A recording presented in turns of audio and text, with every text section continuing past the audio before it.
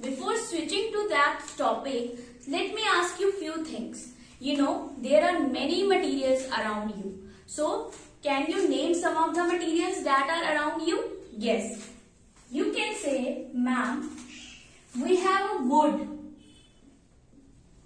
We have a coal. We have a gold, silver, plastics, and many things that are around us. So yes, students, we are going to classify these materials as metals and non-metals. So in this chapter, we are going to study to whom we will call a metal as a material and to whom we will call non-metal as a material. So now the question may arise in your mind that how we are going to differentiate between metals and non-metals. So students, in this chapter, we are going to study the different properties of the materials. So based on that different properties, we are going to identify the materials as metals or non-metals. So we are now going to discuss about the properties. Like in your earlier classes, you might have discussed about luster. Now, what is the meaning of luster? Luster means shiny appearance.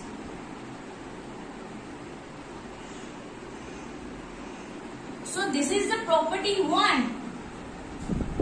But there may be 2 properties on which we can discuss what? We can discuss material as a metal and non-metal. So, these properties can be classified as a physical and chemical. So firstly, we will discuss about the physical properties. So on the basis of that physical properties, we can identify materials as metals and non-metals.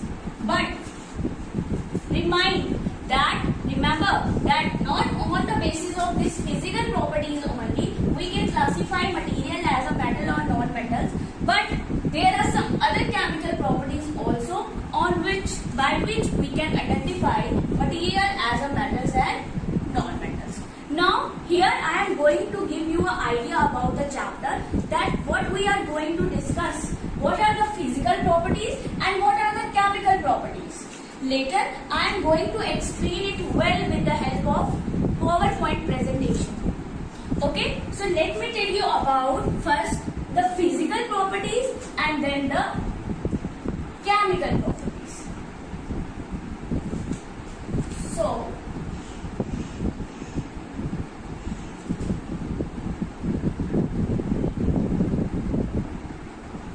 So there are different physical properties. Like number 1, I already told you about the luster. Luster in basic sense means shiny appearance. Then second one is hardness. So on the basis of hardness or softness, we can identify minerals or materials as a metals or non-metals. Number 3, malleability. So you may be confused with this word malleability as it is new to you people. So what is malleability? Beta, malleability is the property of a material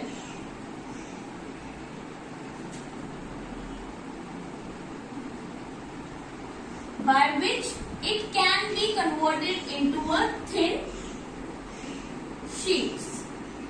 For example, you must have heard about the term aluminium sheet or foil. So how this sheet can be prepared? This is because of the property of the malleability.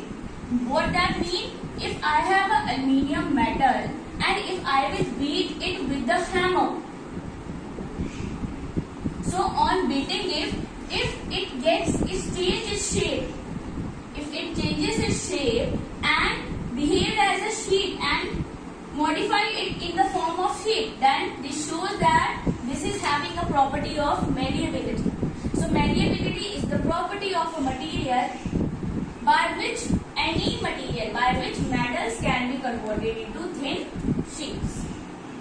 This is number 3. Now number 4. Number 4 is ductility.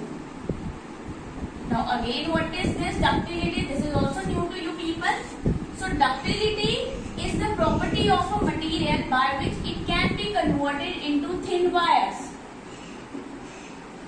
Remember, malleability is the conversion of metal into thin sheets and ductility is the conversion of metal into thin wires. Like you have heard about the copper wires that you people are using in your homes. You have also heard about aluminium wires.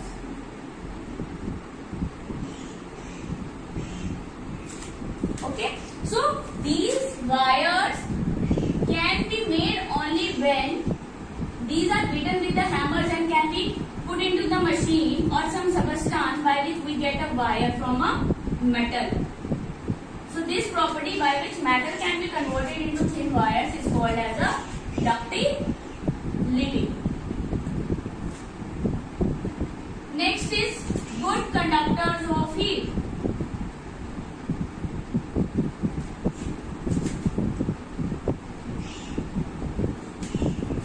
Good conductors of heat means with materials that will allow heat to pass through them.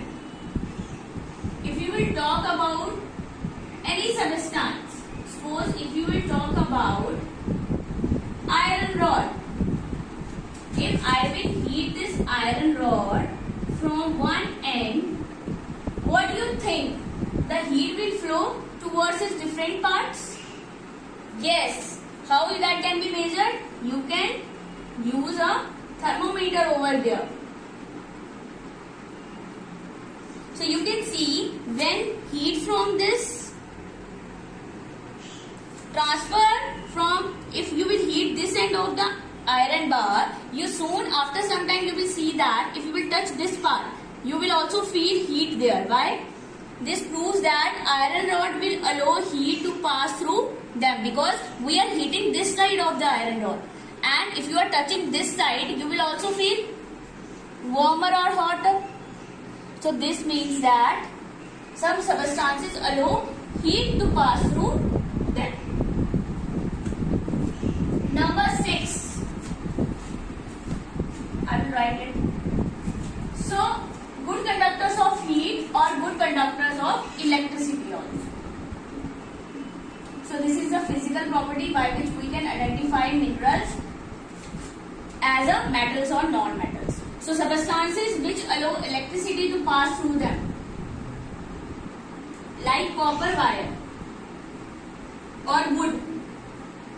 Does wood allow electricity to pass through it? No, we have studied it in earlier classes that wood is a bad conductor of electricity.